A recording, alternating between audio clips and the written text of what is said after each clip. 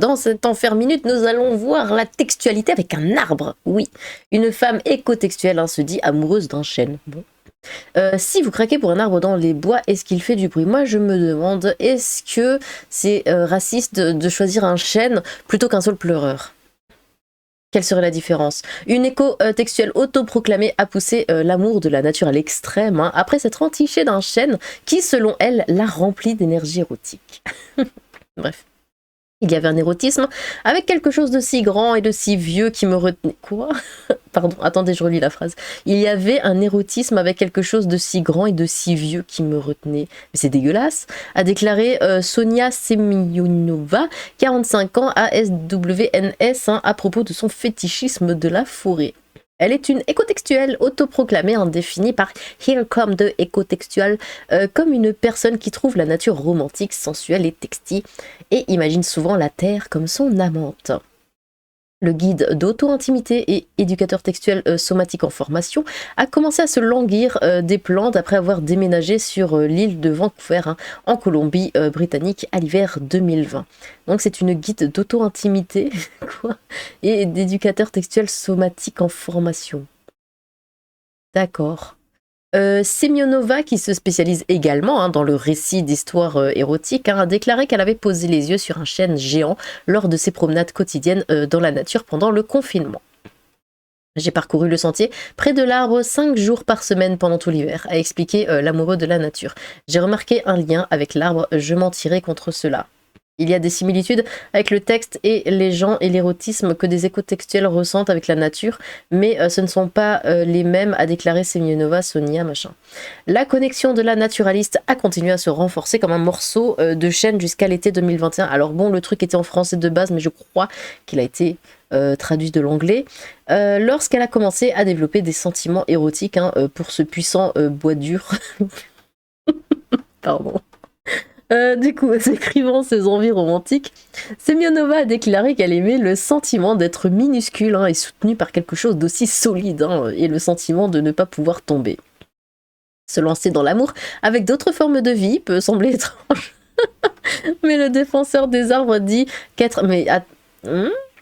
ça dit le, mais c'est une fille quand même, s'appelle Sonia. Dit qu'être avec les gens n'est tout simplement pas comparable. Oui, tu m'étonnes. La présence que je ressens avec l'arbre et ce que je recherche, oui, il ferme sa gueule, il dit rien, il est pas chiant, mais il bouge même pas. Mais c'est un fantasme avec une personne, a déploré Semyonova. J'avais envie de cette poussée d'énergie érotique qui survient lorsque vous rencontrez un nouveau partenaire et qui n'est pas durable. D'accord, Semyonova a déclaré qu'elle avait remarqué le chêne pour la première fois lors de ses promenades quotidiennes dans la nature. Bon.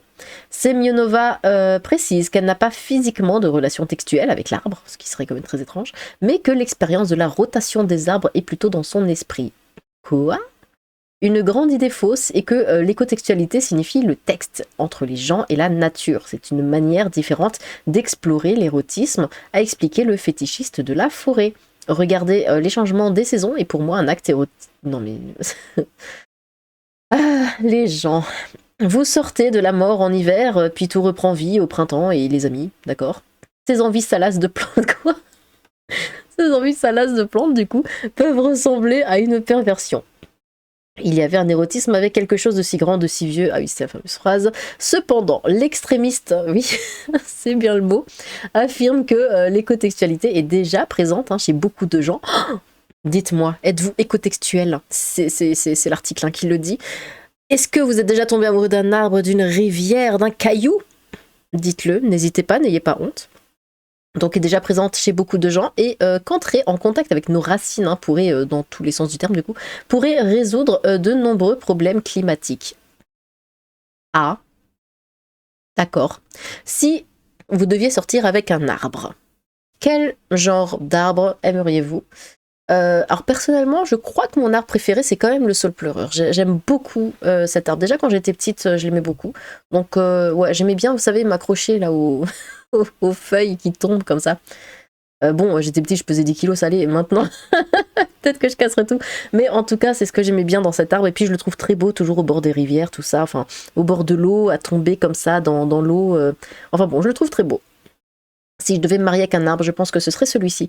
Il y a une raison pour laquelle nous voulons pique-niquer dans les parcs et faire des randonnées dans la nature, a déclaré Semyonova. Bah oui, c'est juste pour sortir, pour s'aérer, pour pas parce qu'on est amoureux textuellement parlant ou je sais pas quoi. Ce que nous ne remarquons pas, c'est que la raison pour laquelle nous voulons cela est d'exploiter la force vitale qui vient de ces choses, qui est l'érotisme. Non, non, ça c'est que toi. Elle a ajouté, je crois que nous pourrions gagner à avoir une relation plus symbiotique avec la nature. Oui, alors pourquoi pas. Bon, je vous laisse vous exprimer dans les commentaires vis-à-vis de cet article. On continue. Donc, alors, Nordal Lelandais vient d'avoir un gamin en prison. Comment est-ce possible? Donc, est devenu père d'un enfant en prison. Alors, c'est très connu que certaines femmes, voire beaucoup de femmes, sont attirées par des vilains, voilà, des vilains monsieur, des tueurs en série ou autres. C'est, alors je sais plus d'où ça vient, j'ai vu un truc qui parlait de ça. Mais bon, je sais pas si c'est le côté bad boy ou j'en sais rien. Vous savez, c'est un petit peu comme Dahmer, hein, Jeffrey Dahmer, hein, quand il y a eu ce truc-là sur Netflix, il y a plein de nanas qui étaient là en mode ah oui, moi je le trouve attirant, tout ça, tout ça. Bon, parce qu'ils ont un certain charisme, hein, ces gens-là, et je crois que c'est ça qui fait que. Bon. Condamné à 20 ans de prison hein, pour le meurtre du caporal Arthur Noyer, puis à la réclusion criminelle à perpétuité, assorti d'une peine de sûreté de 22 ans pour le meurtre de Maëlys de Arrojo, et une nouvelle fois condamné hein, ce vendredi à 1 an de prison pour agression textuelle sur une de ses petites cousines. Nordal Lelandais a eu il y a 2 mois un petit garçon avec sa compagne, parce qu'il a quand même une compagne, comme le révèle le Parisien. Celui qui est incarcéré hein, à la centrale d'Essisheim, dans le Haut-Rhin, a connu plusieurs relations amoureuses en prison. Il avait même été surpris lorsqu'il était détenu à la prison de Saint-Quentin-Falavier en Isère, en plein débat textuel hein, avec une jeune femme lors d'un parloir. Bah écoutez, au moins c'était pas un arbre. Qu'est-ce que vous voulez que je vous dise? News suivante et dernière. Ici, nous avons un spectacle qui s'appelle Les copains d'en bas, si vous bien me l'ouvrir, voilà, Les copains d'en bas, comment vivre au quotidien à proximité d'un point de deal. Eh ben oui, je vous pose la question. La ville de Grenoble, c'est un spectacle, hein, on est censé se divertir avec ça, hein. La ville de Grenoble vous invite, hein, oui, à ce spectacle entre théâtre et récits contés sur la vie d'un jeune couple hein, qui décide d'habiter dans une cité HLM pour vivre la mixité sociale. Ah mais qu'attendons-nous? C'est pas du tout ce qu'on vit au quotidien, ça nous fera nous évader. Non, je préfère quand même aller se caresser des arbres, excusez-moi, mais plutôt que d'aller voir ça. L'histoire, alors attention, ça va vous faire rêver. Ben et Charlotte, la trentaine, ont décidé d'aller habiter dans une cité HLM hein, pour vivre la fameuse mixité sociale. Parce qu'on rêve tous de cela, on rêve tous de ça. J'ai pas d'autres mots, j'ai beau chercher, j'ai pas d'autres mots. On rêve tous de cette mixité sociale. Voilà, de vivre entre Karim et Abdelkader et d'avoir envie de crever tous les jours quand on rentre à la maison. On les suit dans la rencontre hein, avec Asia, la voisine marocaine qui leur apporte des couscous fumants. Oui, bien sûr. Bachir, l'épicier d'en face qui leur fait crédit. Évidemment. Casquette et barbichette, hein, des jeunes qui s'installent dans leur cage d'escalier. C'est charmant. Kenny, une maman malgache pleine de rêves. Hein. Jamel, le rappeur. Idriss, un éducateur épris de liberté et de justice avec qui ils vont collaborer, bien sûr. Jour après jour, hein, entre doute et conviction profonde, hein, Ben et Charlotte sont ballottés entre de magnifiques moments porteurs de sens et l'immersion de la violence hein, dans le quotidien de la cité. Le récit de ces rencontres dessine une vérité autre que celle souvent entendue hein, dans les médias et vient faire écho aux paroles du poète brésilien Guimarães Rosa, « Raconter, c'est résister ».